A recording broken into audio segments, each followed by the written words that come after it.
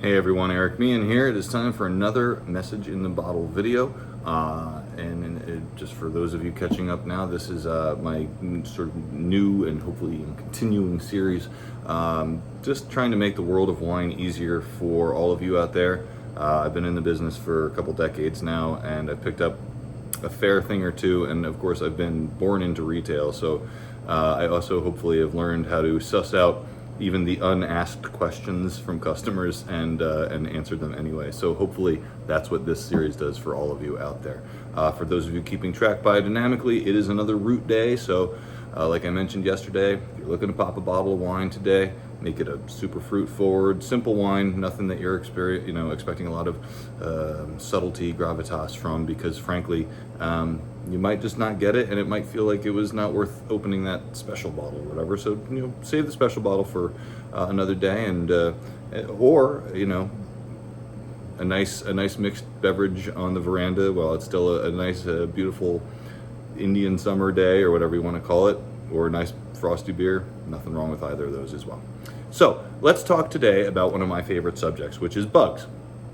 It's not really one of my favorite subjects, but it's a subject that comes up an awful lot in the world of wine. Why? Because there was a specific bug that influenced the world of wine a great deal, and it affected the world of wine as we know it even today.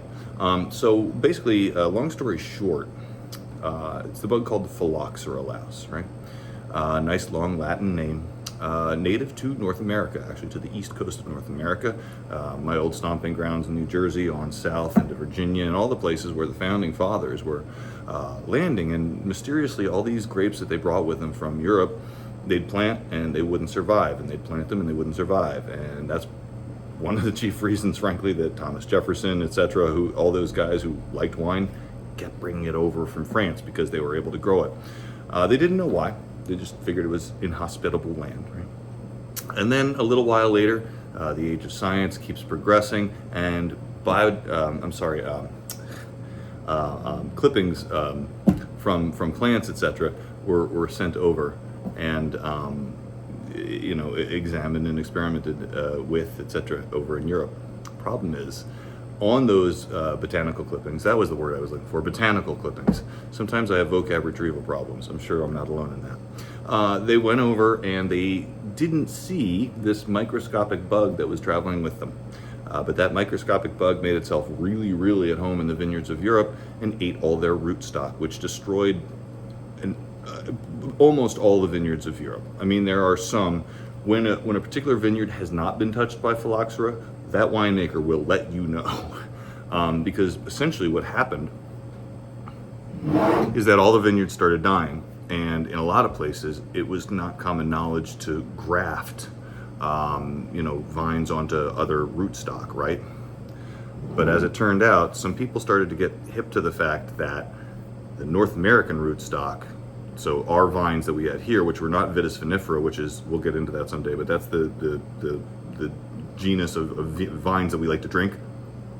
When they got over here, there's Vitis lambrusca, all these things like that have different rootstock that were impervious to this louse.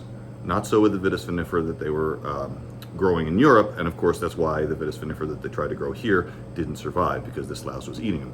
Now it turns out that if you graft Vitis vinifera onto North American rootstock, you can grow vines, because the Phylloxera louse won't eat it.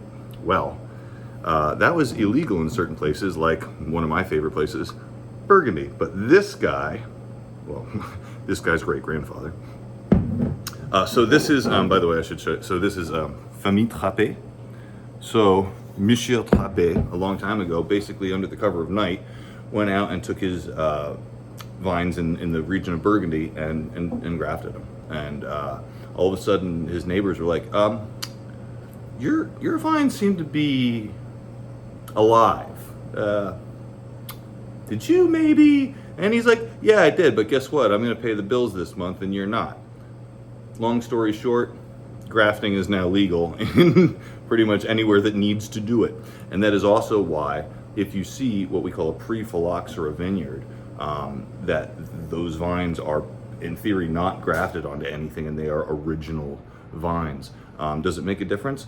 it's pretty cool. The fruit from grafted vines is delicious. I can assure you of that. I mean, this bottle alone, but others that I've had and you've had are delicious and wonderful. But that is basically the story: is that there was this microscopic bug that they didn't discover until they got the microscopic technology to see it.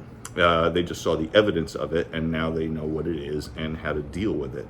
But for a long time, suffice to say, hard ciders were very, very popular because there were no grapes to ferment, beers, etc. So, yeah, from about around 1860, 1870 was really the time that it was just like, what are we going to do here? Because wine is a major, major part of not just our enjoyment, but our economy. So it was a big problem. It's been fixed, obviously, or else we probably wouldn't be here.